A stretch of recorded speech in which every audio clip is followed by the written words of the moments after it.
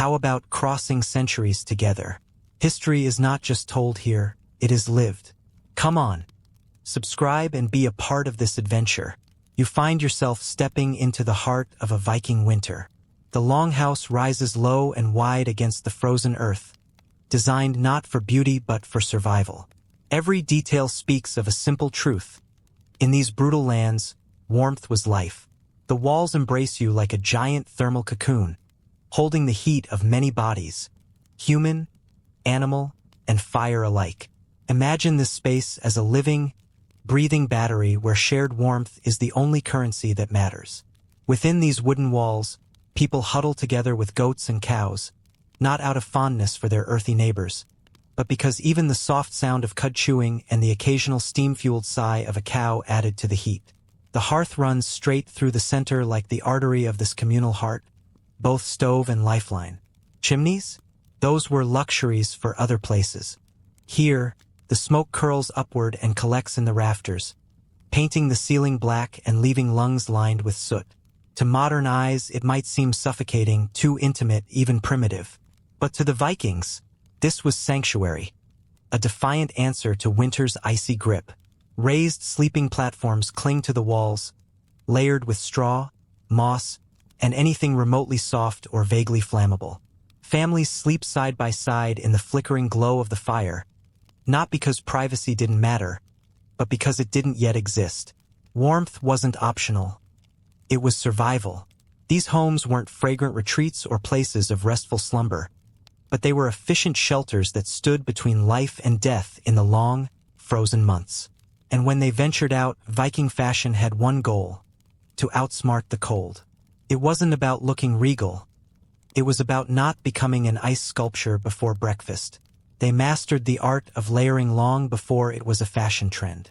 Start with linen if you were fortunate enough to own some. Light, breathable, and quick to tear. Most skipped that luxury and turned to wool, the workhorse of fabrics. Thick woolen tunics over trousers, wrapped legs like ancient thermal leggings, and cloaks pinned with brooches, all made for armor against the cold. Women wore long wool dresses topped with aprons and cloaks, every piece tied down with belts that also held pouches, filled with knives, flint, or even a piece of emergency cheese. Boots, crafted from animal hides and sealed with layers of fat, kept out the wet and cold but came with the price of smelling like a walking smokehouse.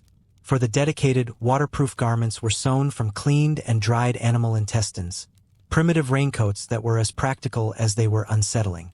Mittens, scarves, and felted wool hats finished the ensemble, a final barrier between fragile flesh and the unforgiving air.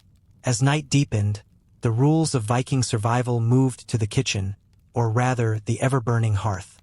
Food wasn't indulgence here. It was insulation. Every calorie eaten was another chance to see spring. Their meals were heavy, rich, and unapologetically practical. Think meat, dairy, grains, and endless stores of preserved fish, smoked, salted, fermented, dried. Even the infamous lutefisk, fish soaked in lye until it blurred the line between food and dare, was eaten with stoic acceptance. Stews bubbled endlessly in pots, welcoming whatever ingredients came to hand. Tough cuts of meat, hearty root vegetables, oats, and sometimes even sour milk. It wasn't fine dining, but it stuck to your ribs and kept the cold at bay. Cheese and butter, churned and stored during the warmer months, became lifelines when fresh milk froze in pails. These weren't creamy bries or delicate spreads, but dense, hard rounds of sustenance, the kind you'd thank the gods for on a frigid morning. This was the rhythm of life. Warmth by any means, food as fuel, and clothes as armor.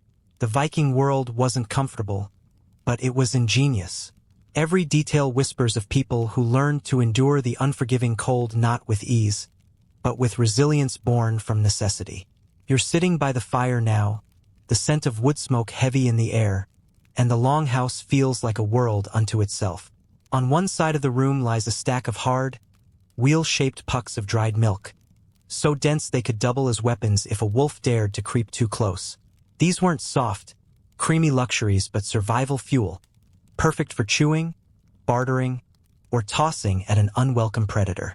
Alongside them was skyr, a Viking staple, part yogurt, part cheese, and wholly the kind of food you ate because gratitude was mandatory, not because flavor was guaranteed. Sour to the point of making your eyes water, skyr delivered a punch of protein, a jolt so sharp it was almost like being slapped awake by the north wind itself. Barley and rye grains filled sacks in the corner, ready to be ground into dense, dark flatbreads and porridge. Sometimes the flour was stretched further with crushed tree bark, an innovation born not of culinary creativity, but sheer determination to keep bellies full. These breads weren't tender or sweet, but if they kept your blood sugar from sinking too low, they were doing their job. And then there was the drink. Ale and mead flowed not just on feast days, but as part of daily survival. More than mere indulgence, they provided warmth, calories, and a mild antiseptic quality that soothed when your toes had gone numb. Mead, sweet and fiery, helped you forget, if only for a moment, that you were living in a smoke-filled wooden box with livestock and 6 snoring relatives. And if the brew tasted awful, so much the better. Nobody was likely to steal your mug. As winter dug in its claws, Vikings turned to their most reliable heat source, other mammals. It wasn't odd to invite chickens, pigs, sheep, goats, or even a cow into the longhouse. It was practical. The animals were corralled in a section called the byre, a sort of medieval garage meat stable separated from the family's living space by a low wall. Separated might be generous. Close enough to smell, far enough that petting the ox without consequence wasn't guaranteed. On the harshest nights, families would inch closer to the byre, blurring the already thin boundaries. Children might curl up against a sheep, and if the ox was warm and accommodating, congratulations, that was your pillow for the night. Not exactly cozy, but undeniably effective. A single cow gave off as much heat as a small campfire and didn't require kindling. In conditions where frostbite lurked like a silent predator, that heat could mean the difference between waking with stiff fingers and waking at all. Of course, this came with trade-offs. The braying, the smells, and the occasional misplaced hoof. But Vikings didn't complain. They understood an eternal truth. Dignity could wait. Warmth could not. Keeping livestock inside also meant shielding them from thieves, wolves, and the killing cold outside. These animals were more than food or property. They were living furnaces, the family's wealth and survival bundled into hay-eating, mooing packages. Many longhouses were even designed so that heat from the byre would drift into the living quarters.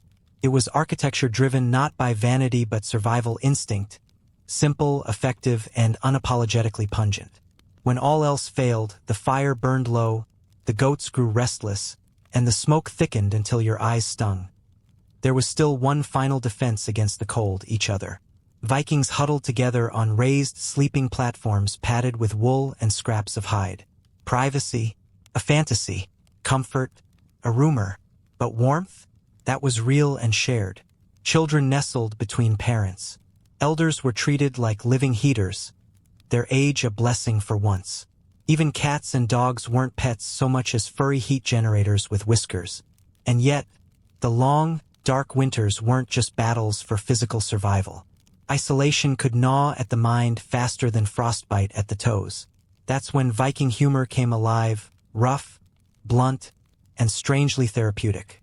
They shared sagas of brave warriors freezing heroically, sang songs to lift spirits, and roasted each other with sharp jokes. Nothing cut through winter gloom like laughing at your cousin for falling into the latrine last week.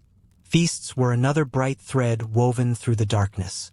Midwinter was a time to bring out hoarded stores of food, turnips, smoked meat, dried fish, and remind each other, we're still here, we're still alive. Games filled the hours too. Riddles, proto-chessboard games ripe for betrayal, and wrestling matches that sometimes sent a goat running for cover. These weren't mere diversions. They were survival for the spirit. You settle deeper into the warmth of the longhouse as the winter wind howls like a restless spirit outside. For the Vikings, survival wasn't about expecting comfort. It was about expecting hardship. There was no room for complaints, no illusions of luxury. Misery was the default, and anything above that felt like a gift. Modern insulation boasts fiberglass, foam, and sleek materials with trademark names and shiny warning labels. The Vikings had no such conveniences. Their method was simple yet effective. Pack as much of nature into the walls as possible and hope the heat stayed trapped. These homes weren't drafty by accident. They were purpose-built to keep the cold out. Timber was used in forested areas, while turf and stones served as the building blocks in regions where trees were scarce. Walls sometimes grew as thick as a meter, stuffed tight with moss, straw, mud, or even animal hair. Anything fibrous and vaguely warm-smelling was pressed into gaps to stop icy winds from creeping in. It wasn't glamorous, and leaning barefoot against the walls was ill-advised. But it worked. Overhead, thatched roofs or turf layers, literal grass and soil, capped the houses. This wasn't a nod to eco-friendly trends. Turf roofs insulated brilliantly, shed water well, and under the right conditions even sprouted weeds or mushrooms, an accidental garden you didn't ask for but got anyway. Beneath your feet, the floor was often nothing more than hard-packed earth, sometimes covered in straw or rushes swapped out only when the smell could no longer be explained away as rustic charm. Windows, rare and tiny if they existed at all. Vikings didn't crave natural light during those endless winter nights. Instead, light came from fires and small smoke holes carefully placed to keep the air breathable enough. After all, glass was costly and drafts could kill. This hodgepodge of timber, turf, and organic fillers might seem primitive, but it turned the longhouse into a slow cooker of shared body heat and goat breath, strangely effective at keeping the Scandinavian chill at bay. It wasn't cozy, it wasn't fresh, and it certainly wouldn't pass modern building codes. But it worked. It kept families alive, warmish, and smoky enough to discourage bugs and preserve food hanging in the rafters. As night fell and the fire in the hearth burned low, survival came down to one thing: sleep. Not as an indulgence, but as a necessity. Viking sleeping arrangements were less like modern bedrooms and more like a thermal strategy. Raised wooden platforms lined the walls of the longhouse, stacked with straw, moss, and whatever soft materials could be found. Furs and woolen layers were piled on top, creating makeshift beds where entire families, including distant relatives and the occasional ailing goat, slept fully clothed. Pajamas? That was a luxury no one dared attempt in sub-zero temperatures. Boots often stayed on, modesty stayed out. This wasn't a place for privacy or delicate sensibilities. It was a living, breathing loaf of humans and wool, pressed close together to keep the cold from creeping into their bones. Children were nestled between parents or older siblings, not for affection, but for pure insulation. Couples, neighbors, elders, and sometimes animals all shared the same heat. If someone's frozen toes wandered onto your legs, that wasn't scandal. It was survival. Over it all, woolen cloaks and animal hides, sometimes from reindeer or even bears, served as blankets. If you had a full bear hide, you were either very wealthy, very lucky, or very brave. In some homes, stones or bricks were heated by the hearth and tucked under the bedding. An early, heavy version of the hot water bottle, capable of keeping you warm but also of scorching your thigh if you weren't careful. And when the fire died during the night, no one rushed to relight it. Instead, they pulled each other closer, muttering in Old Norse words that might have meant, "Don't you dare steal the fur again." You breathe in, and the air around you feels thick, seasoned, and alive. Not fresh, but experienced. Sleeping in a Viking longhouse was never about comfort. It was smoky, crowded, and carried a 100% chance of snoring in surround sound. Yet somehow it worked. In theory, the smoke curling from the hearth was meant to drift upward and escape through the thatched roof or a small vent near the top. In reality, it clung stubbornly to the rafters like an uninvited spirit and slowly filtered back down, wrapping every lung in its heavy embrace. Breathing in a Viking home wasn't inhaling clean air. It was like sharing the same breath as every person, animal, and fire that had come before. By the end of a long winter night, your chest felt as though it had smoked a ham, and so did the ham. Oddly enough, this ever-present haze wasn't entirely a curse. The smoke acted as a natural preservative, curing meats and fish hung in the rafters and discouraging insects and mold from setting up camp. But it came at a cost. Eyes burned red, coughs rattled through the house, and the ceilings grew darker than a storm-clouded sky. Children and elders, their heads closer to the floor, likely suffered most in this dense layer of air. Some families tried clever tricks, like sleeping on raised platforms to stay above the worst of the haze. Others stayed close to the ground, braving the thick smoke with watering eyes and hoping not to trip over a half-cooked goat. In wealthier homes, there were even smoke holes built into the roof, an innovation still rare for most Norse families. For everyone else, smoke wasn't a nuisance. It was part of the atmosphere, warming, seasoning, and serving as a constant reminder that fire was both protector and hazard. And when the air grew too thick, they'd fling open a door for a breath of cold clarity, only to have their toes freeze in seconds. But as the sun disappeared for months at a time and darkness wrapped around the land like a heavy cloak, the Vikings had one timeless answer to despair: celebration. Enter Yule. This was no casual gathering. It was part sacred ritual, part survival strategy, and part joyous rebellion against the darkness. Beginning around the winter solstice, Yule stretched across days, sometimes weeks, depending on the mead supply. Great fires were lit, not delicate flames but roaring infernos that dared the endless night to come closer.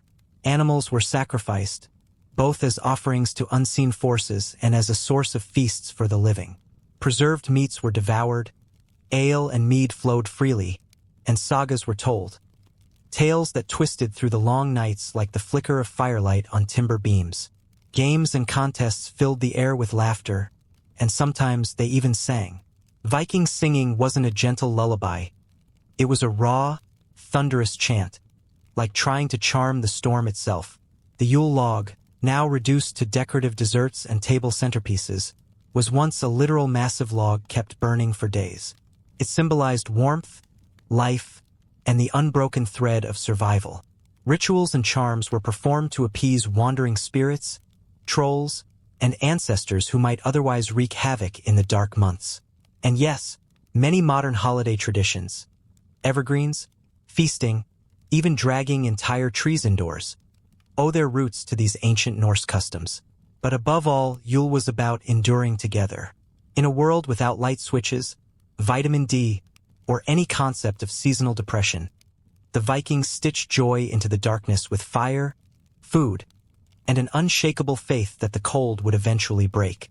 And if it didn't, if winter's grip held on too long, at least they went out with full bellies, warm hearts, and stories worth retelling.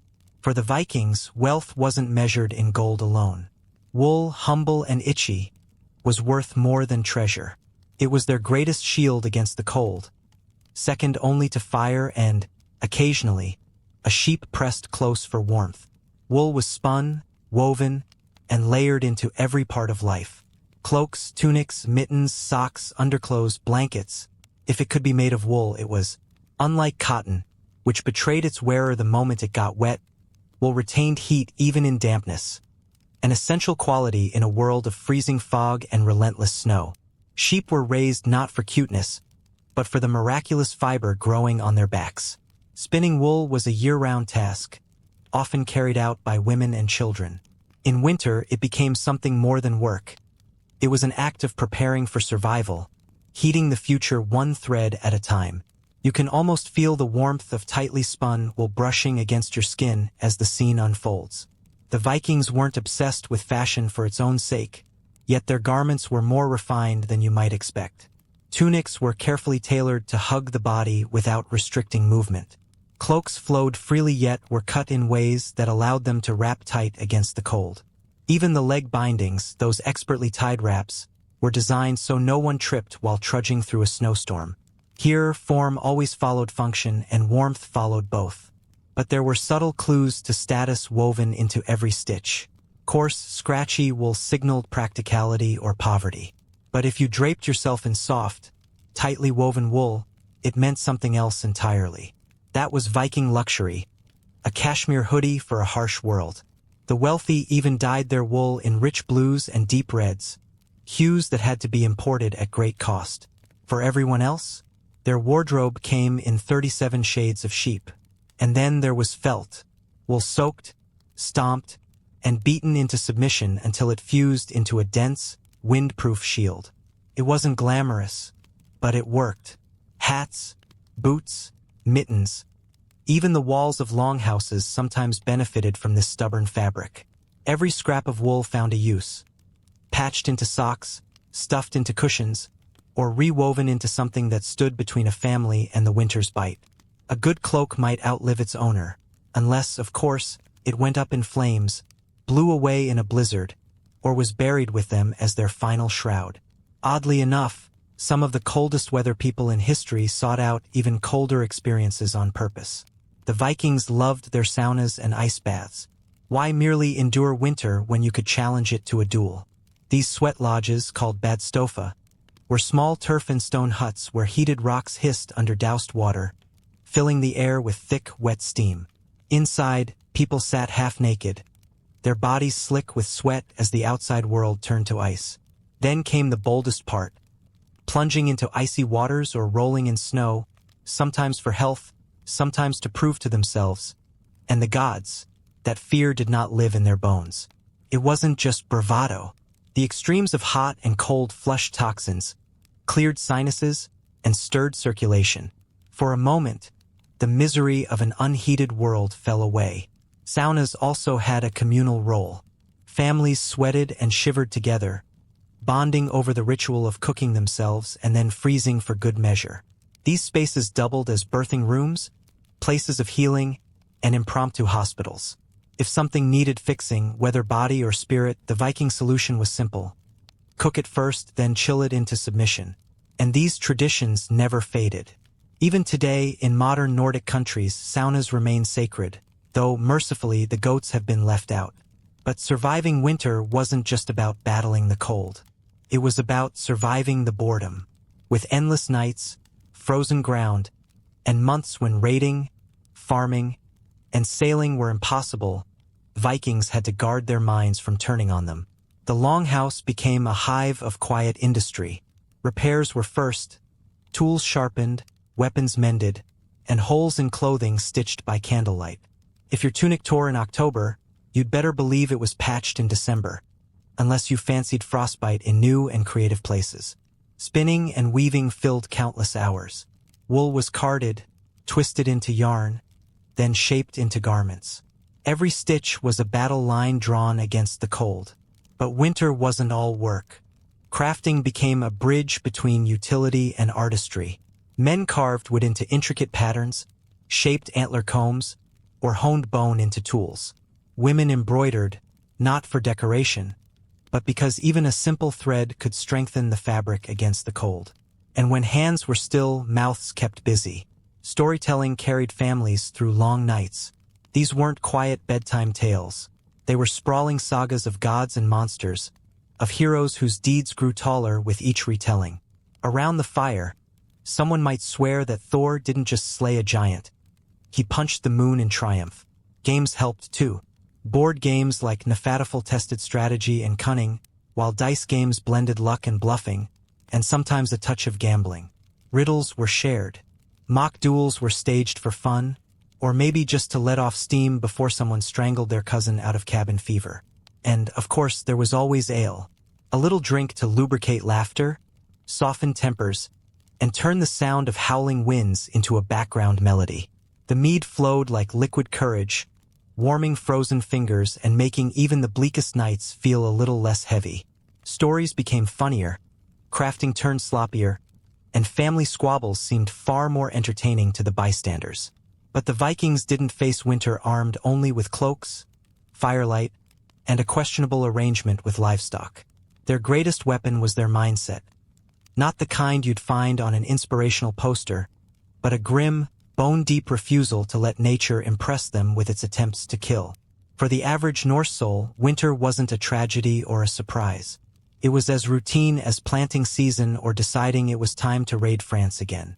They didn't dread the cold. They prepared for it. They met it with the emotional equivalent of a shrug and got on with their lives. This wasn't luck, it was culture.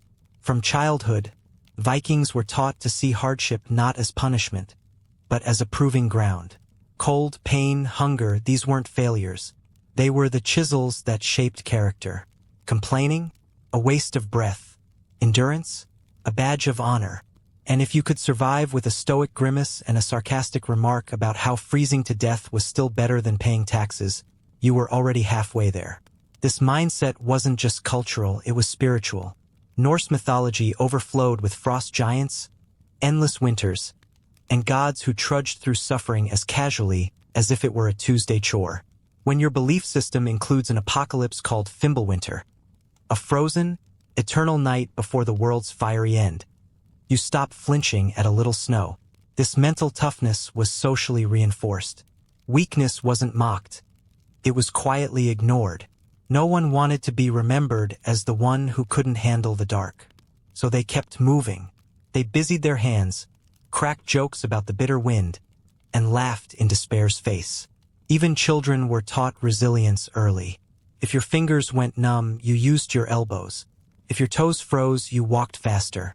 And if you fell through ice and lived to tell about it, congratulations, you just earned a story worth retelling for years. Was this approach healthy? Perhaps not. Was it effective? Absolutely. Modern survival guides speak of mindset as key. The Vikings already knew. They didn't see winter as an enemy to be conquered. They saw it as a test they'd passed countless times before. That's how they endured the longest nights, with fire, furs, and a psychological middle finger raised to the howling wind. But even the fiercest warrior knew this truth. No one survives winter alone. You could own the warmest cloak, the fattest goat, and the sturdiest longhouse, yet without community, you were simply a cold soul with fine accessories. Viking society ran on interdependence. Families didn't isolate. They gathered in clusters of farms, villages, and settlements bound by kinship and loyalty. When winter struck, this network became your lifeline. Food was shared. Firewood was gathered together. If a roof caved in, neighbors arrived with hammers and hay. If a child grew sick, someone offered herbs, whispered prayers, or at least gave a sympathetic grunt. This wasn't charity, it was survival math. The more people you kept alive through winter, the more hands you had in spring for planting, sailing, or holding back the cows during calving season. Even if it meant sharing your last piece of dried fish with a cousin you didn't particularly like, helping others helped yourself. Midwinter feasts like Yule reinforced this bond. Food and drink flowed, sagas were shared, and laughter rippled through smoky longhouses. These weren't just parties. They were the glue holding communities together, reminders that no one was truly facing the darkness alone. Resource storage followed the same logic. Communal granaries, smokehouses, and meat cellars weren't rare. If one family's supplies ran out, others pitched in, not out of politeness, but because winter was too long for weak links to drag the rest down. Justice and leadership played their part too. Local chieftains and priests weren't just expected to settle disputes. They had to ensure no one froze in a ditch under their watch. A respected leader wasn't merely strong. They were the one who could organize firewood collection and still find time to bless the Yule feast. Peer pressure helped as well. If you hoarded food or skipped your chores, the entire village would notice. And in Viking culture, public judgment could feel worse than death itself. And so, through snow, darkness, and nights filled with livestock snoring in the corner, one truth stood tall. The Vikings didn't merely survive winter. They transformed it into a crucible, a test of strength, spirit, and unity. Every layer of wool, every curl of smoke rising from the hearth, every dry joke shared in the dim glow of firelight, they weren't just habits. They were survival strategies written into the Viking way of life. Winter wasn't viewed as an obstacle to endure. It was an opponent to outwit. And the Vikings trained year-round for that contest. If a longhouse grew too drafty, moss was stuffed into the gaps. If the stew was thin, they thickened it with turnips. And when nights stretched endlessly, they filled the darkness with stories, games, rituals, and, occasionally, impromptu wrestling matches between cousins. Central heating didn't exist? Fine. They built fire pits and invented waterproof gear from sheep's wool and sheer stubbornness. No antidepressants? They countered with sagas, mead, and the kind of humor so dark it might have scared seasonal depression away entirely. While other civilizations slowed to a crawl during the cold months, the Vikings sharpened their edges. Weapons were repaired. Children were trained. New ideas were born in the glow of the hearth. And when the ice finally melted, they didn't emerge blinking into the sunlight like fragile creatures.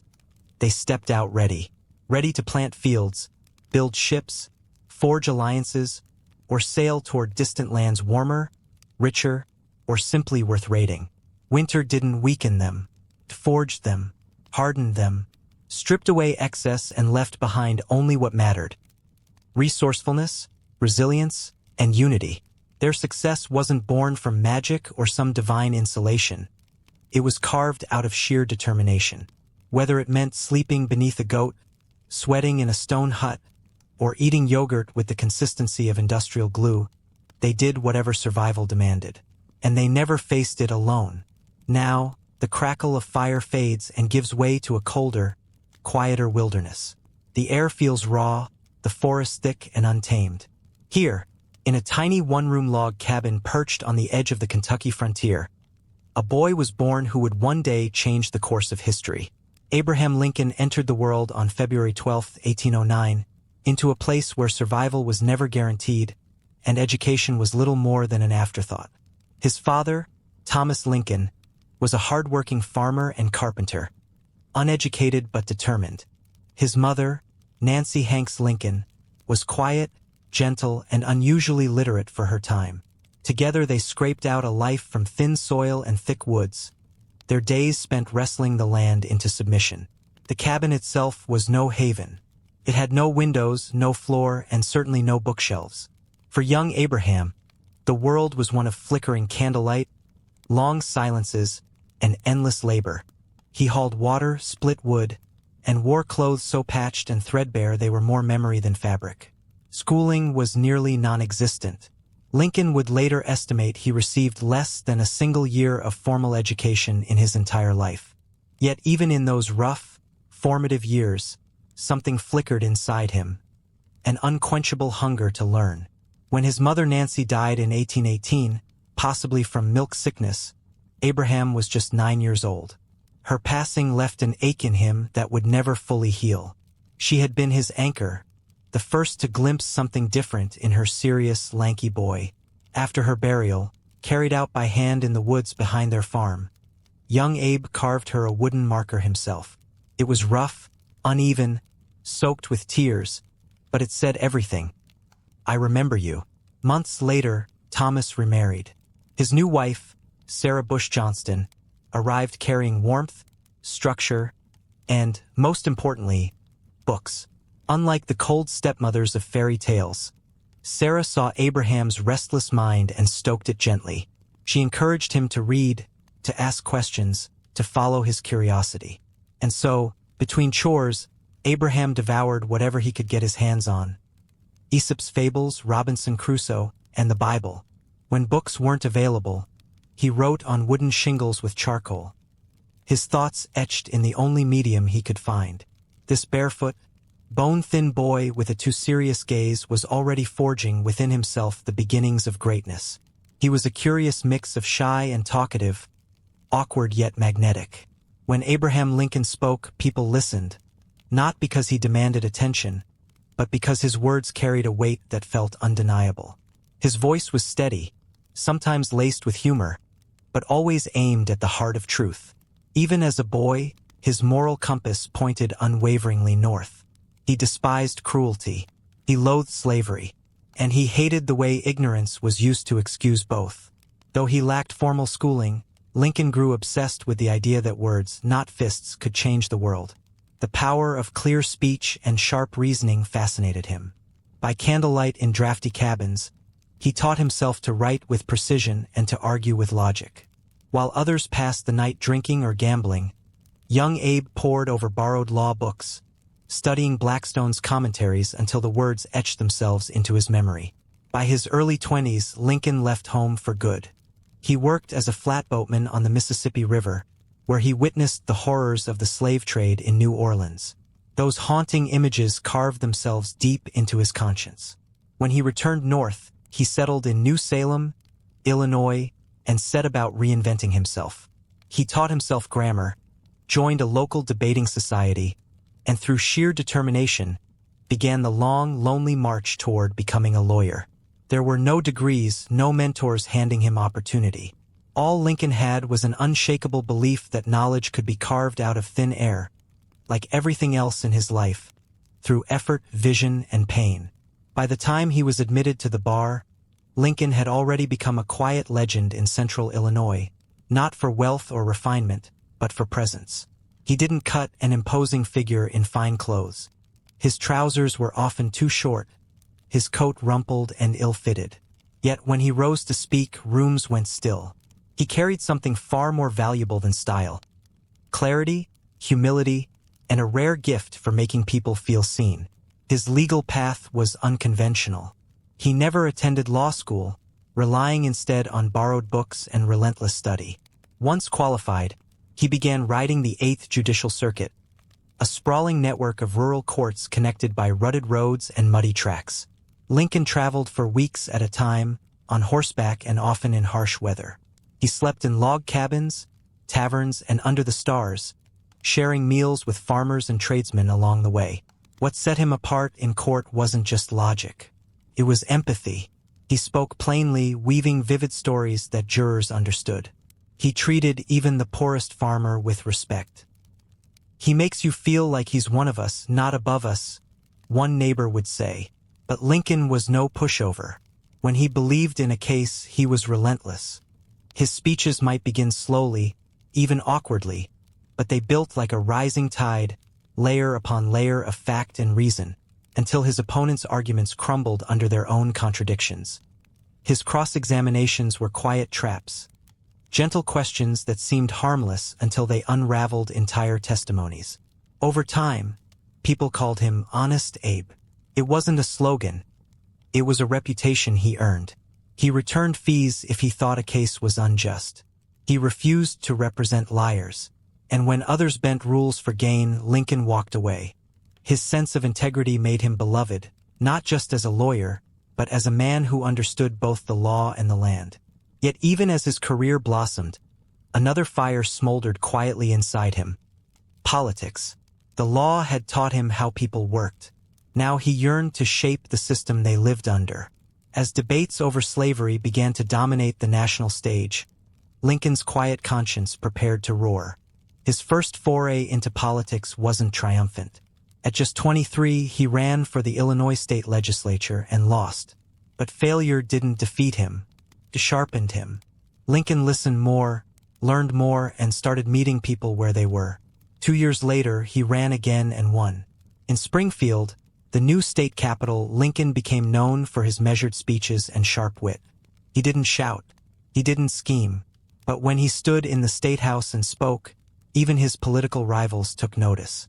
He wasn't after cheap victories or empty slogans. His ambition ran deeper, to understand the machinery of law, society, and justice. Aligning himself with the Whig Party, Lincoln embraced ideas of modernization and infrastructure, believing in the power of collective progress. Yet even among fellow politicians, he remained cautious about ambition. He often joked about being too homely for politics, his humor deflecting attention from the intense seriousness beneath. Lincoln read voraciously, debated passionately, and carried himself not as a man hungry for power, but as someone willing to shoulder its weight because no one else would. During his 4 terms in the Illinois legislature, Lincoln quietly built alliances with farmers, merchants, and fellow lawyers. He wasn't the loudest voice in the room, but often the most trusted. His reputation grew as a man of principle, especially when it came to the question of slavery. Though he didn't yet call for its abolition, Lincoln spoke firmly against its expansion into new territories, calling it unjust, immoral, and a stain on the nation's conscience. By 1846, Lincoln made the leap into national politics, winning a seat in the U.S. House of Representatives. There, he took a bold and deeply unpopular stance against the Mexican-American War, condemning it as unconstitutional and unnecessary. His district didn't appreciate his position, and after serving a single term, Lincoln chose not to run again. He returned to Springfield, resumed his law practice, and married Mary Todd, a sharp, well-educated woman from a Kentucky family that owned slaves. For a time, Lincoln seemed content to live quietly. But the nation was shifting rapidly. The Compromise of 1850, the Kansas-Nebraska Act, and the widening divide over slavery began tearing America apart. Lincoln might have left politics, but politics hadn't left him. The debates grew louder. The Union itself began to crack. And the cautious lawyer from Illinois was about to rise, not as a candidate but as a conscience. By the 1850s, slavery was no longer a simmering debate, it was boiling over. The Kansas-Nebraska Act of 1854, which allowed new territories to decide for themselves whether to permit slavery, ignited violence and deepened division. Bleeding Kansas became a national symbol of chaos. For Lincoln, it was a turning point. Silence was no longer an option. He returned to the political arena, not with bluster, but with a quiet moral urgency.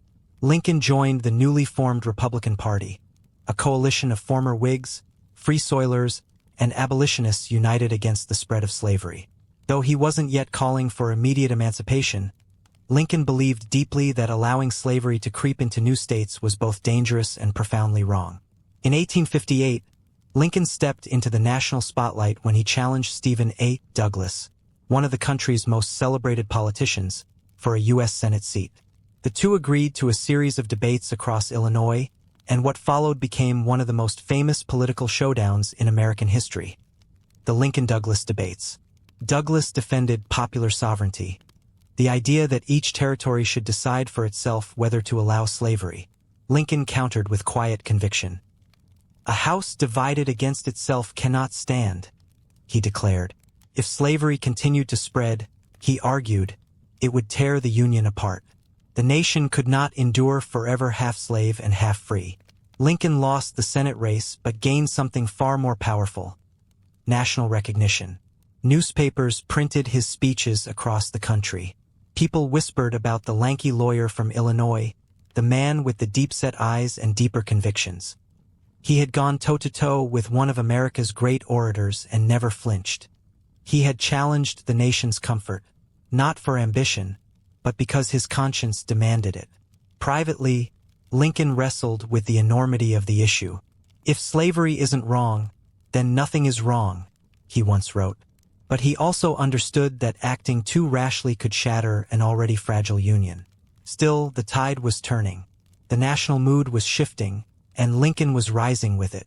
Not as a man with easy answers, but as a voice of moral clarity in a time clouded with fear.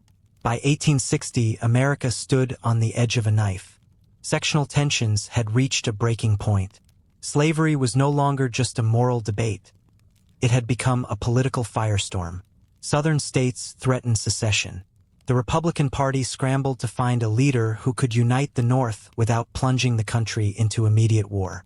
Few expected that leader to be Abraham Lincoln.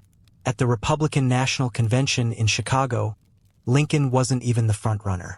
Most believed Senator William Seward of New York, a polished statesman with decades of experience, would clinch the nomination.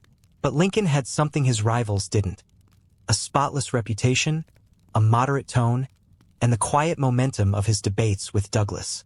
Behind the scenes, his team worked tirelessly, emphasizing Lincoln's frontier roots and his hard-won honesty.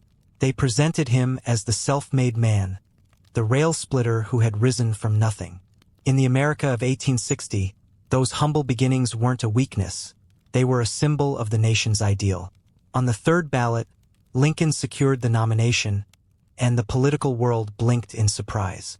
The general election that followed was bitter and fractured. The Democratic Party splintered in 1860, with Northern and Southern factions backing rival candidates. On most Southern ballots, Abraham Lincoln's name didn't even appear, but in the North and West he carried immense support. On November 6, 1860, Lincoln was elected the 16th President of the United States, winning just 40% of the popular vote, but a decisive majority in the Electoral College. There were no grand celebrations. Instead, a heavy stillness settled over the nation. Within weeks, South Carolina voted to secede. 6 more Southern states followed before Lincoln even set foot in the White House. The Union was unraveling faster than anyone imagined. As Lincoln prepared to leave Springfield for Washington, D.C., death threats poured in daily. Some warned he wouldn't survive the journey. Security became so tight that Lincoln was forced to travel under cover of night, sneaking into the capital by train, unannounced and disguised. This wasn't the triumphant march of a conqueror. It was the cautious arrival of a president-elect whose election had cracked the nation in two. On March 4, 1861, Lincoln took the oath of office before a divided, angry, and heavily armed country. In his inaugural address, he reached not for vengeance, but for reconciliation. "We are not enemies but friends," he said. "We must not be enemies." But the winds of war were already howling at the door. Barely a month later, the first shots rang out at Fort Sumter in South Carolina. The Civil War had begun. What followed would become the bloodiest conflict in American history. A brutal test not only of armies but of Lincoln's character and resolve. He had no formal military background. Years earlier, he'd served briefly as a captain in the Black Hawk War but never seen combat. Now he was commander-in-chief of a nation at war with itself. Lincoln spent countless nights in the War Department, reading telegrams, studying maps, and teaching himself strategy on the fly.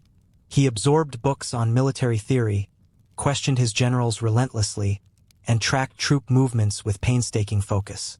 He wasn't a warrior by nature, but he became one by necessity. His early presidency was marked by frustration. One general after another disappointed him. George McClellan, though beloved by the troops, seemed paralyzed by caution. At one point, Lincoln, exasperated by McClellan's inaction, remarked, "If General McClellan does not want to use the army, I would like to borrow it for a while." But Lincoln's genius wasn't only in military matters, it was in vision. He understood that the war wasn't just about states' rights or secession. It was about the soul of the nation. Could a country built on liberty survive half slave and half free? At first, Lincoln moved cautiously on slavery, fearing that bold action might drive the border states into the Confederacy. But as the war dragged on and casualties mounted, his thinking evolved. The moral issue and the military one became inseparable. Slavery, he realized, was the engine driving the Confederate economy and morale. Destroying it could break the rebellion's spine. On January 1, 1863, Lincoln issued the Emancipation Proclamation, declaring all slaves in Confederate-held territories free. It didn't end slavery overnight, but it changed the war's meaning forever. No longer was it only a fight to preserve the Union. It became a fight for human freedom. The proclamation shut the door on British or French support for the South. It also gave black men the moral and legal grounds to enlist in the Union Army. Thousands joined, fighting for a nation that had long denied them even the most basic rights of citizenship.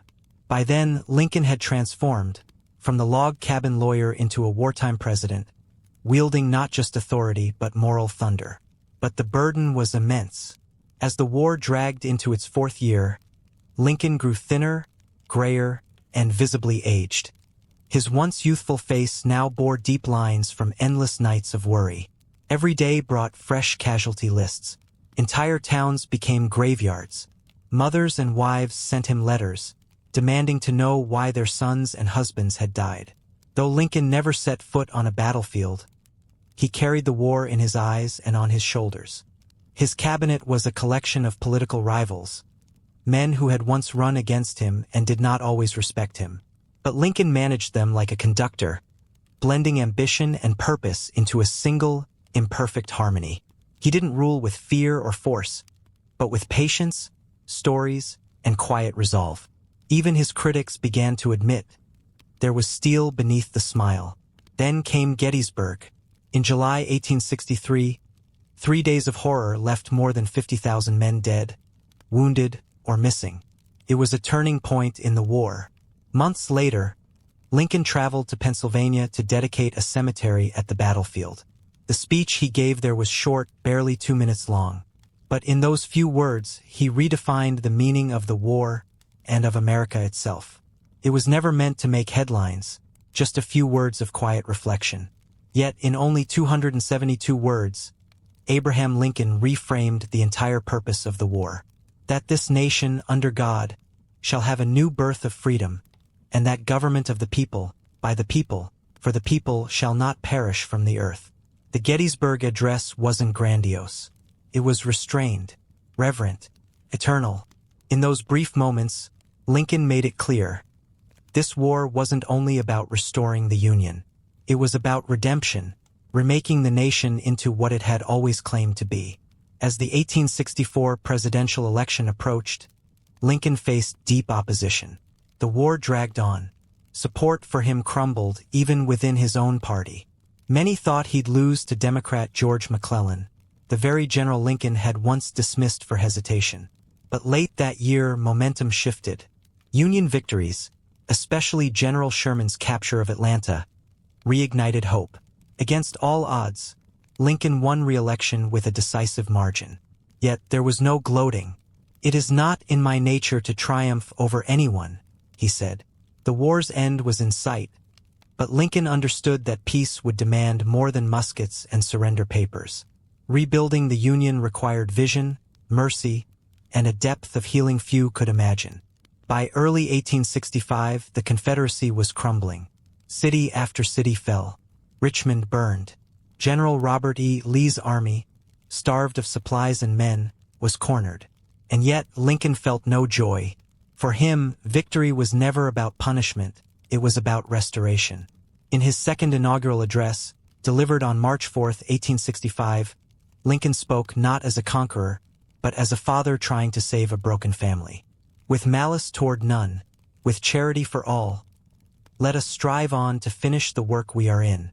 These were not the words of a politician seeking glory. They were the words of a man trying to heal a fractured soul. On April 9th, Lee surrendered to Ulysses S. Grant at Appomattox Courthouse. The war was over. The Union had been preserved. Slavery, through the ratification of the 13th Amendment, had been abolished. For the first time in centuries, America took a trembling step toward the ideals it had declared in 1776. But just as the nation exhaled, tragedy struck. 5 days after Lee's surrender, Abraham Lincoln attended a play at Ford's Theater in Washington. During the performance, actor and Confederate sympathizer John Wilkes Booth slipped into the presidential box and fired a single bullet into Lincoln's head. He died the following morning, April 15, 1865. The country was shattered. Newly freed Black Americans wept openly in the streets. Even former enemies in the South recognized the depth of the loss. Lincoln had been their best chance for reconciliation. A man who never saw politics as war and never allowed hatred to take root in his heart. He did not live to see Reconstruction or to mend the wounds his presidency had exposed. Yet his death transformed him from a leader into a symbol, a beacon of freedom, unity, and the painful price of progress. From the dirt floor of a Kentucky cabin to the highest office in the land, Abraham Lincoln rose without wealth, without privilege, and without cruelty. He carried a nation through its darkest night, not with blinding brilliance, but with steady, stubborn light. That light, dimmed by an assassin's bullet, still burns in the story of America. When we imagine ancient civilizations, we often picture towering empires, gleaming temples, and epic battles. But rarely do we stop to ask the simplest, most human of questions. How did these people deal with waste? Sanitation, or the lack of it, shaped daily life as much as any king or war. Behind every marble palace and mud brick home, someone had to face the unglamorous reality of human mess. And in a world without flush levers or scented sprays, that was often a far more public and pungent affair than we like to admit. Toilets in the ancient world weren't about comfort. They were about survival. Human waste carries disease, and when poorly managed, as it often was, entire communities paid the price. Dysentery, cholera, and parasitic infections swept through cities, invisible killers lurking in wells and clinging to sandals. Yet, in some corners of the ancient world, people devised ingenious solutions. The Indus Valley civilization built brick-lined streets with drainage systems and even indoor toilets. Their cities seemed to hum with quiet engineering brilliance, centuries ahead of their time. The Minoans of Crete engineered ceramic pipes and even early flushing mechanisms. The Romans, in their way, elevated waste management into an art form. Meanwhile, Societies like the Vikings or early Chinese dynasties handled sanitation more rustically, but even their methods reflected deep cultural beliefs about health, modesty, and humanity's connection to the natural world. Yet let's be honest. Ancient toilets were rarely private, often unclean, and almost never dignified. Communal latrines were the norm in military camps and crowded cities. Picture this. 20 stone seats in a row, no dividers, neighbors sitting elbow to elbow, gossiping or arguing while attending to their most personal needs. Hygiene was relative. Sponges on sticks passed from hand to hand, rinsed in communal water basins. Flushing, when it happened at all, was a luxury. Beneath it all, literally, lay the earliest forms of sewers, cesspits, or sometimes nothing more than open ditches. Sanitation served as a mirror to society's values. Where it was ignored, chaos and disease followed. Where it was carefully engineered, civilizations thrived. And if you're brave enough to look past the filth, you'll uncover a hidden history. One where pipes, pits, and waste tell us as much about ancient life as monuments ever could. Long before Roman aqueducts or Greek bathhouses, the people of the Indus Valley were solving one of civilization's dirtiest problems: sanitation. Dating back to around 2600 BCE, the cities of Harappa and Mohenjo-Daro, situated in what is now modern-day Pakistan, were marvels of urban planning. At first glance, their ruins appear quiet and unassuming. But look closer and you'll find an advanced network of brick-lined streets built to standardized measurements and, most impressively, covered drainage systems running alongside them. While much of the world still relied on crude pits in the earth, the Indus people had designed cities where water and waste flowed discreetly away from homes. Even modest houses featured a small room for washing, often with a squat-style toilet or bathing area connected to a vertical chute. These chutes funneled waste into covered brick drains, which joined larger public sewers. This wasn't haphazard engineering. These systems included inspection holes, sloped gradients for flow, and even brick baffles to trap solids. Some scholars believe that wealthier residents flushed their waste with jars of water, letting gravity do the rest. And the ingenuity didn't stop there. Stormwater and waste were kept separate. Public wells dotted the city, ensuring clean water access. Though we can't say for certain how they safeguarded water purity, the presence of such infrastructure suggests a remarkable awareness of public health. Rare for its time. Perhaps most striking is what these cities lack. No grand palaces, no towering temples. The Indus people seemed less concerned with monuments to the divine and more invested in equality and function. Their sanitation systems reflect that ethos: practical, widespread, and surprisingly democratic. Sadly, much about this civilization remains shrouded in mystery. Their written language remains undeciphered, and no one knows why these cities eventually declined.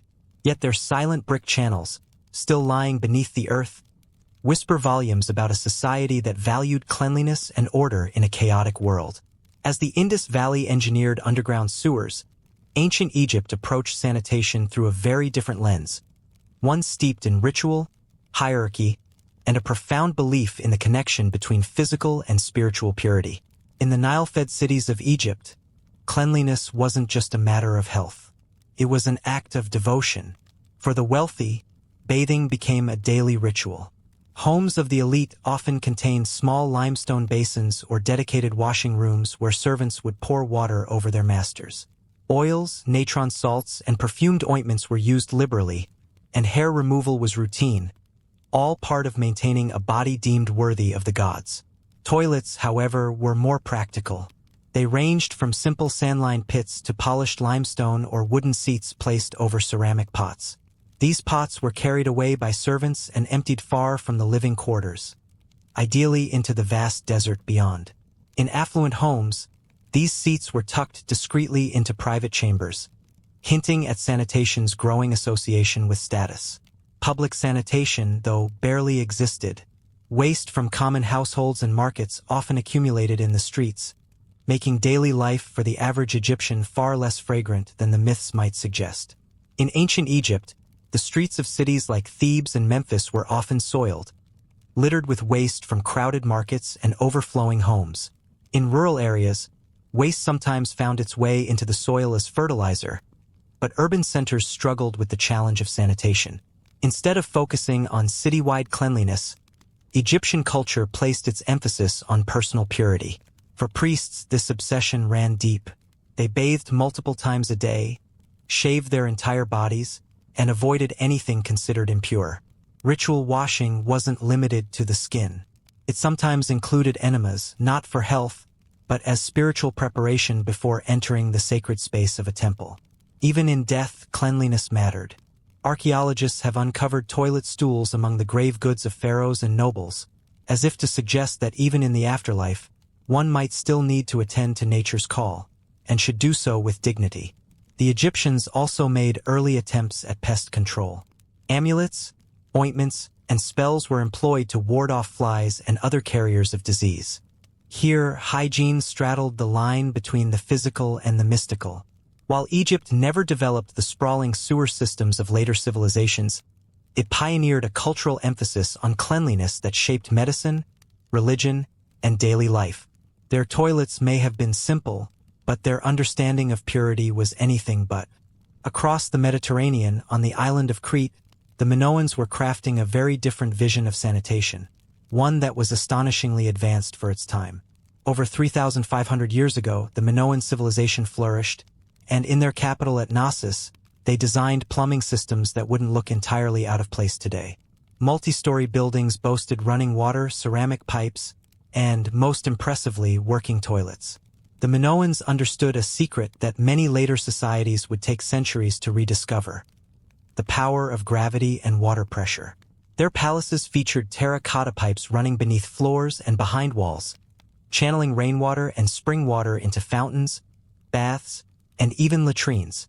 In the Queen's Megaron at Knossos, archaeologists found what may be the world's oldest flush toilet: a wooden seat placed over a stone basin, connected to a vertical pipe that could be flushed manually with poured water. Bathing, too, was elevated to an art form. Large ceramic bathtubs lined elite homes, filled from rooftop cisterns or aqueducts and drained through underground channels. Some scholars even speculate that the Minoans developed U-shaped water traps to block foul odors, a precursor to the modern plumbing trap, though this remains debated.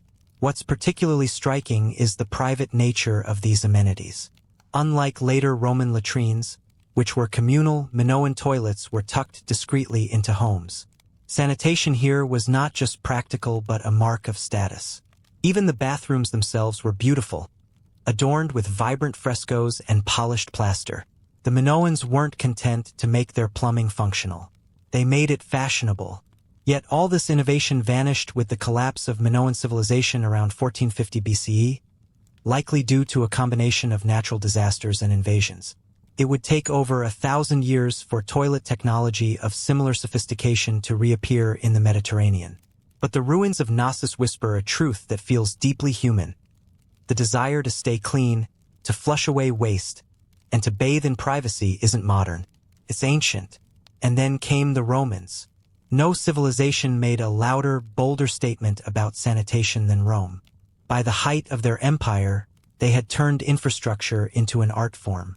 Aqueducts, paved roads, and yes, public toilets. For Romans, sanitation wasn't just about health. It was about civilization itself. Public latrines became symbols of urban life, as essential as the forums and marketplaces.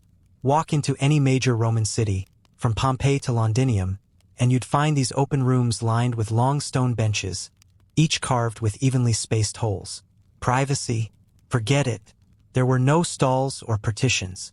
Instead, people sat elbow to elbow, conducting business, gossiping, and debating politics as they answered nature's call. Beneath the benches, water channels carried waste away, while a secondary stream held sponge-topped sticks, the Roman answer to toilet paper. These sponges were rinsed in communal basins of water and vinegar before being reused. Was it hygienic? Not entirely, but it worked. For the Romans, using the toilet wasn't an isolated ritual. It was a social event. Some latrines were even decorated with mosaics, carvings, or witty inscriptions, proof that humor could flourish in even the most unglamorous places. Graffiti found in Pompeii's public latrines reveals a surprisingly human side to Roman sanitation. There were complaints about foul smells, poor plumbing, and, of course, rude neighbors. But Rome's commitment to cleanliness extended far beyond these crowded toilets. Beneath its bustling streets ran a vast network of sewers, the most famous being the Cloaca Maxima. Originally built to drain marshes, it became the backbone of Rome's waste management system. Rainwater, urine, and sewage all flowed through its channels, fed by aqueducts that carried fresh water from miles away. In wealthier homes, indoor latrines emptied into cesspits or directly into the sewers. But for the poor, life was less sanitary. Many relied on chamber pots, often dumped from windows into the streets below, despite laws forbidding it. Residents of the Insulae, Rome's multi-story tenements, suffered most. Lacking plumbing, their lower floors were prone to flooding with human waste during heavy rains. Even urine became a commodity in Rome. Emperor Vespasian famously imposed a tax on public urinals, so notorious that his name still clings to the French word for urinal, Vespasien. Roman toilets were more than functional. They were social hubs, political talking points, and perhaps the first large-scale attempt at communal sanitation. By contrast, the ancient Greeks approached bodily functions with far more modesty. To them, these acts were deeply personal, best handled quietly and alone. In most Greek homes, toilets were simple clay pots or stone seats over cesspits. There were no flushing systems and sewer connections were rare. Waste was often carried away manually by servants, slaves, or family members and dumped in remote areas. Urban streets sometimes had open drains, but as cities expanded, so did the smell. Sanitation was a problem, though not always a priority. Where the Greeks fell short in plumbing, they excelled in bathing culture. The gymnasia, where men exercised and socialized, were usually linked to public bathhouses. These spaces weren't just for scrubbing away sweat. They were vital social institutions, places to debate philosophy, forge alliances, and prepare for civic life. Greek baths were simpler than the Romans' marble extravaganzas. Cold water basins, shallow pools, and circular tubs served the purpose. Yet water management was crucial. The Greeks constructed aqueducts and terracotta pipe systems to supply cities like Athens. The Athenian agora even boasted one of the earliest known public latrines, complete with stone seats and drainage. But public toilets remained rare. For the Greeks, sanitation wasn't about infrastructure.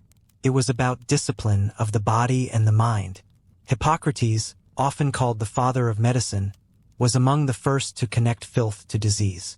He argued that dirty water and unsanitary living could spread illness, an idea far ahead of its time. His insights later influenced Roman city planning and, centuries later, the foundations of modern public health. In short, while their toilets were crude, the Greeks' obsession with physical and moral purity helped shape how later civilizations thought about cleanliness. Meanwhile, across the world in ancient China, sanitation was rooted in a different philosophy, one tied to balance and harmony. Cleanliness wasn't just about health. It reflected cosmic order.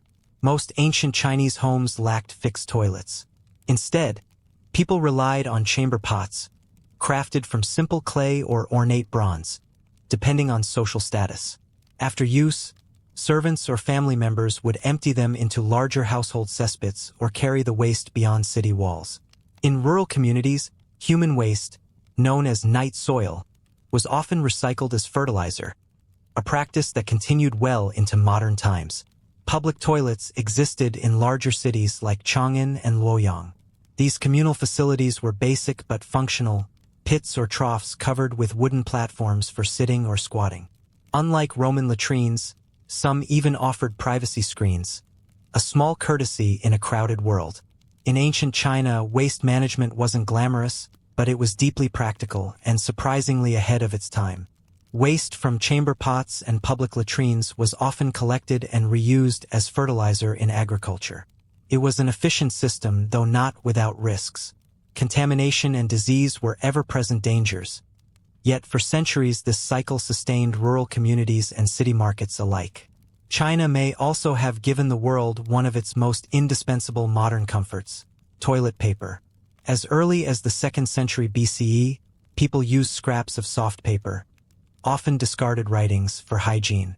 By the 6th century CE, scholars documented the deliberate production of paper for cleaning after defecation. The elite, however, favored silk cloths or polished bamboo spatulas, washed carefully between uses. Yes, bamboo sticks, smooth, reusable, and surprisingly effective, were among humanity's first wiping tools. For the Chinese, sanitation was never just physical. It was spiritual, influenced by Confucian ideals of order and Taoist beliefs in balance and harmony. Cleanliness reflected inner discipline.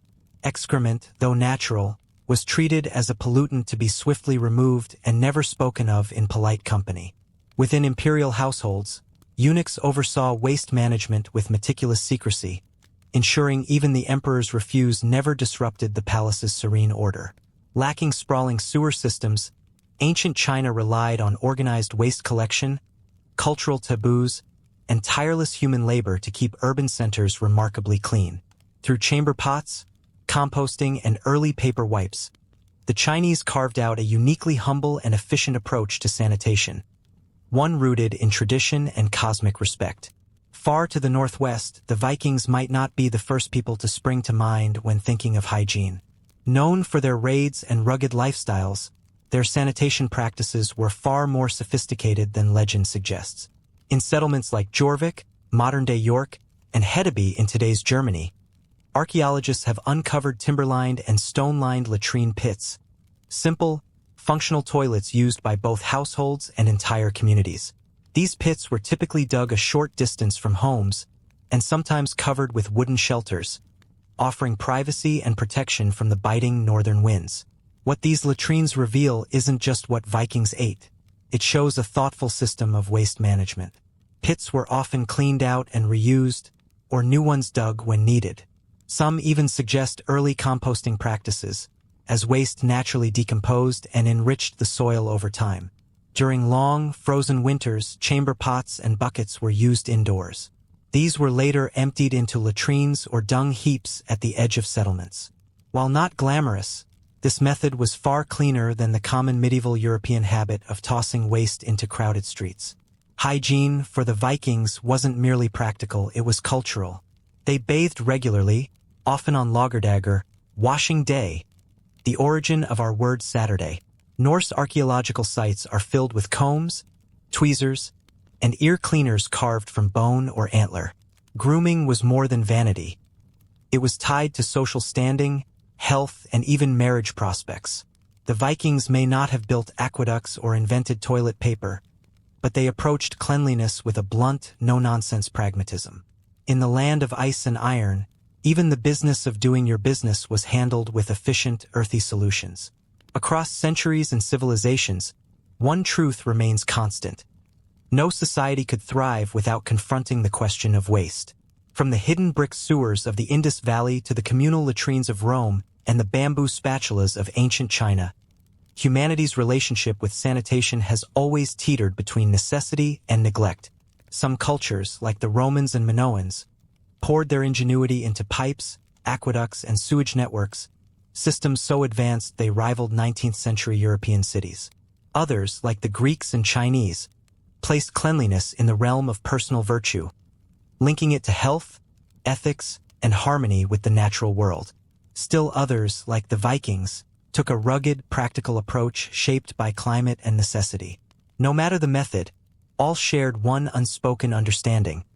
Cleanliness wasn't a luxury, it was survival. And perhaps that's the most human thing of all. Dig a pit, wash when you can, and never let filth fester near your food. Across time and cultures, ancient societies, though wildly different in their methods, all worked toward a shared goal: separating people from their waste. The reasons varied. Some sought to prevent disease. Others believed sanitation honored the gods or upheld social order. Yet the outcome shaped how cities were designed, how laws evolved, and even how people thought about their own bodies. Ironically, much of this ancient wisdom was lost in Europe during the Middle Ages. After the fall of Rome, the sophisticated sanitation systems that had once crisscrossed cities crumbled. Public toilets vanished, sewers clogged, diseases surged.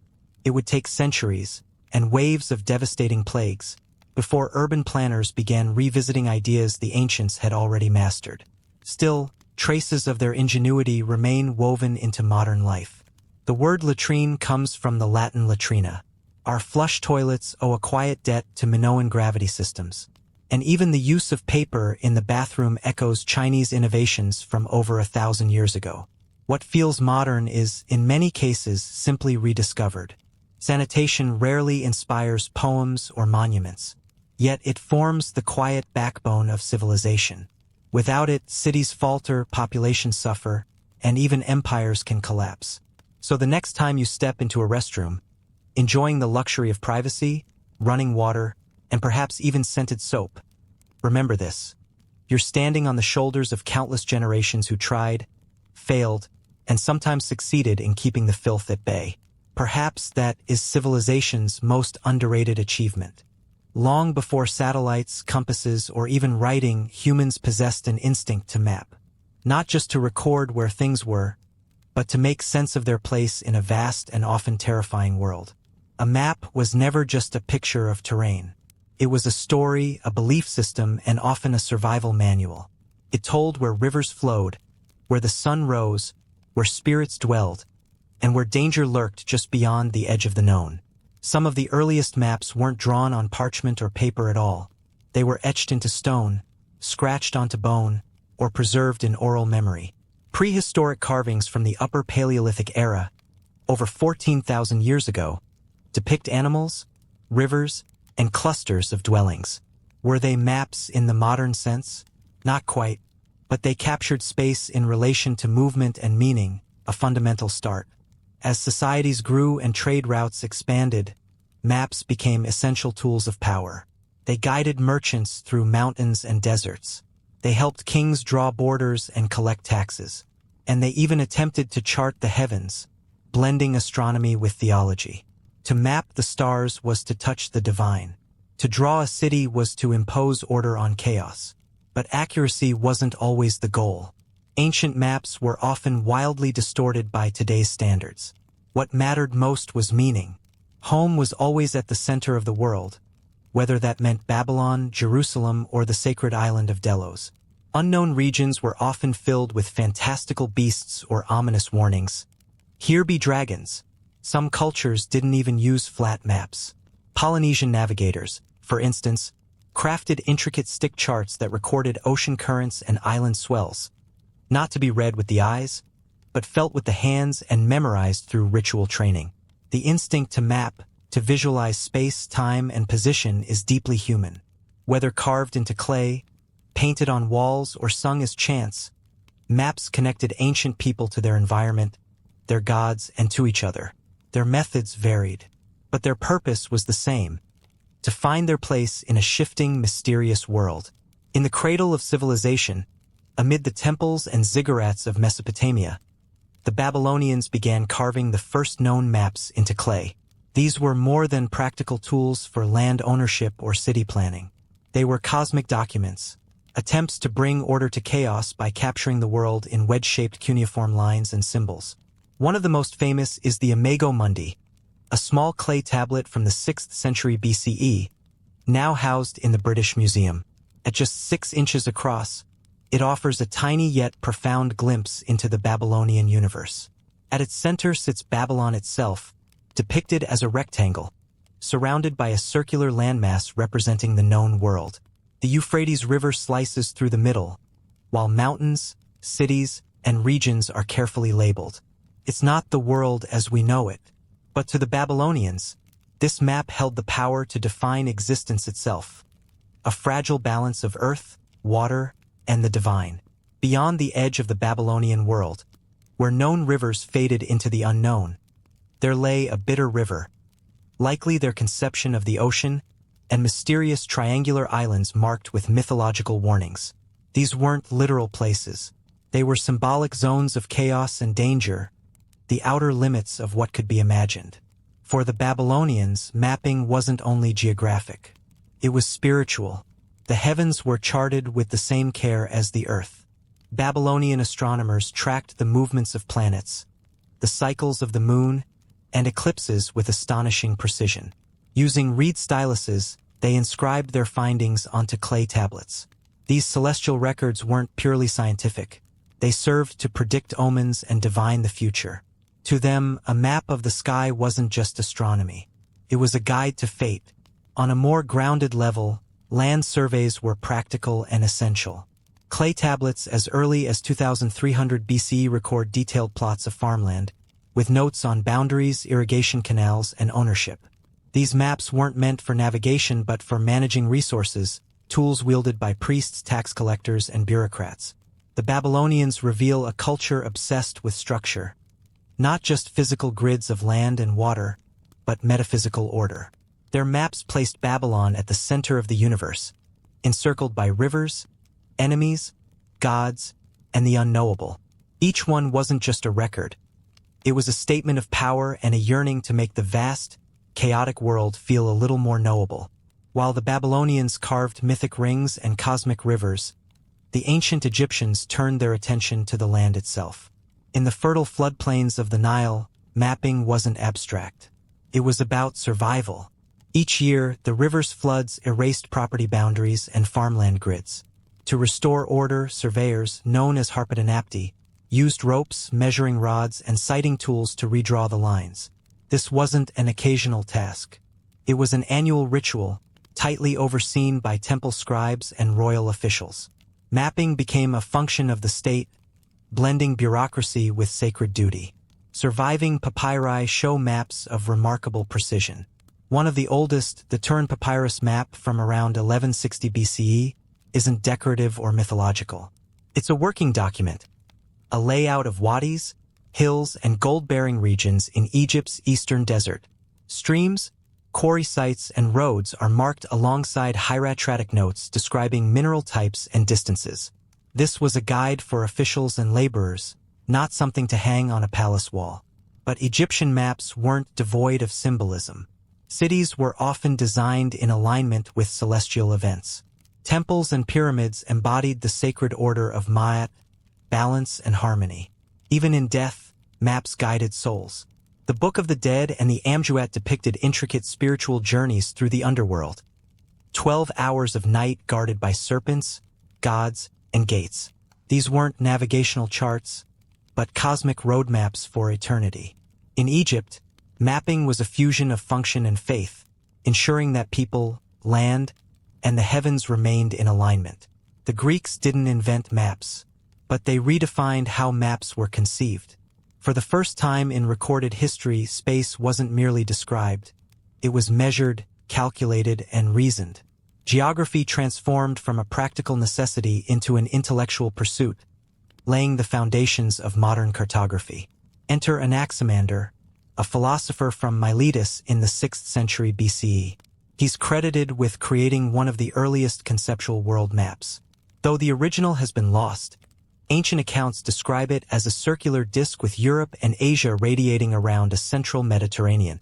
Symbolic, yes, but it marked a bold break from mythic cosmologies. Anaximander sought to represent the physical world rationally, as it existed. Next came Hecataeus, who refined these early efforts, expanding them through travel and inquiry. His map was paired with a text called Periegesis, describing lands, customs, and peoples, a blend of geography and anthropology. But it was Claudius Ptolemy, centuries later, who revolutionized mapmaking altogether. His Geographia, written in the 2nd century CE, became a masterwork of Greek science. Ptolemy's Geographia, written in the 2nd century CE, wasn't just a book. It was a revolution. It contained detailed instructions for mapmaking, a catalog of over 8,000 place names with coordinates, and a grid-based system of latitude and longitude, concepts that wouldn't see widespread use again until the age of GPS. Ptolemy even introduced the idea of projections to flatten the curve of the Earth onto a map, a challenge that still puzzles cartographers today. Greek maps weren't mere practical tools. They were windows into how the Greeks viewed the world. The oikoumene, the inhabited world, was imagined as surrounded by oceans and distant barbarian lands. Greece, of course, sat at the intellectual center. The further one traveled from this core, the more distorted the geography became, a reflection of limited knowledge and cultural bias. Greek thinkers also grappled with the notion of a spherical Earth. Eratosthenes, working in Alexandria in the 3rd century BCE, calculated the planet's circumference using nothing more than shadows, geometry, and a simple stick. Astonishingly, he was off by only a few hundred miles. To the Greeks, cartography wasn't just about drawing lines. It was about decoding the shape and size of the Earth and humanity's place in the cosmos. With math, logic, and an insatiable curiosity, they transformed maps from mythic diagrams into scientific instruments. And the world would never look the same again. If the Greeks gave us the theory of cartography, the Romans delivered its full military and administrative application. The Roman Empire wasn't held together by laws and legions alone. It was bound by a meticulously maintained road network, stitched together with maps designed for movement and control. All roads lead to Rome, they said, and for the Romans, this was no metaphor. It was a philosophy of mapping. Perhaps the most famous Roman map is the Tabula Peutingeriana, a 4th century CE copy of a much older road map. Geographically, its wildly distorted landmasses stretch and twist, but that was never the point. Like a modern subway map, clarity of routes mattered more than spatial accuracy. The map marks way stations or mansions at regular intervals, complete with distances in Roman miles. It showed where to rest, change horses, and how long it would take to reach the next town. For military commanders, merchants, and imperial couriers, these maps transformed an empire into a navigable machine. The Romans also commissioned cadastral maps, highly detailed records of land ownership and boundaries. Some were even carved in bronze and displayed in public so citizens could see exactly who owned what. Control of land was control of power, and the Romans understood this with ruthless clarity. Yet, unlike the Greeks, the Romans showed little interest in mapping the entire Earth or charting the heavens. Their maps were pragmatic tools for conquest, taxation, and supply lines. And still, by making the empire legible, by weaving distant provinces into a coherent web of roads, the Romans created something enduring. A sense of shared space, of belonging to something greater than one's village or tribe. This was cartography as empire, functional, detailed, and brutally efficient. In ancient China, maps were never just about the Earth. They were bridges between heaven and the human realm. Pei Xiu, often called the father of Chinese cartography, laid down principles that shaped not only China's maps but also influenced Korean traditions. His work went beyond mere land surveys.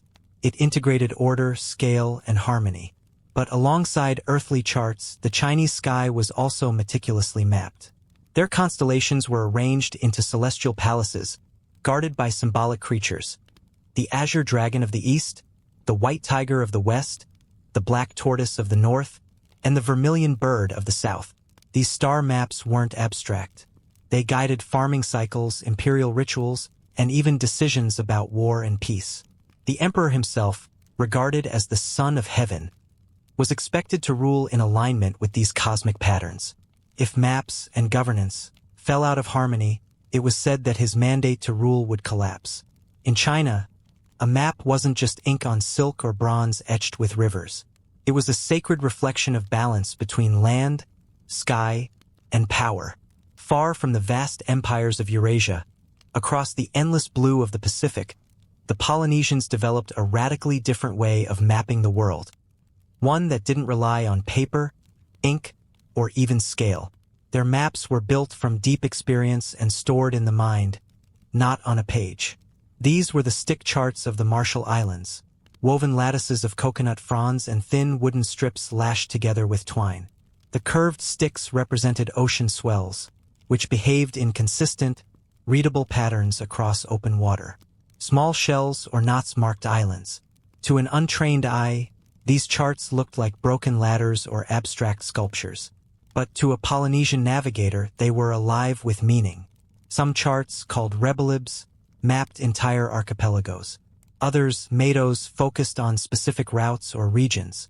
Then there were matongs, abstract teaching tools that explained how waves refract and interact with islands. These charts weren't taken on voyages. Instead, they were studied, memorized, and internalized. A master wayfinder could cross hundreds of miles guided only by the stars, the feel of swells against the hull, the flight patterns of birds, and the memory of these tactile maps. To the Polynesians, the ocean wasn't an empty void. It was a network of pathways, alive with signs, rhythms, and ancestral whispers. Their cartography wasn't visual. It was experiential, a way of feeling space rather than recording it, a profound partnership between science and spirituality. As the ancient world faded into the medieval era, maps began to shift in purpose. In many regions, especially Europe, cartography turned inward, becoming less about precise observation and more about representing spiritual truths. One of the most iconic medieval map types was the TO map, dominant from the early Middle Ages through the Renaissance. These maps portrayed the world as a perfect circle, the O divided by AT into 3 regions: Asia at the top, Europe on the lower left, and Africa on the lower right. At the center of it all sat Jerusalem, the sacred heart of creation. East was often placed at the top, not north, because it pointed to Eden, the lost paradise where it all began. These maps weren't designed for navigation.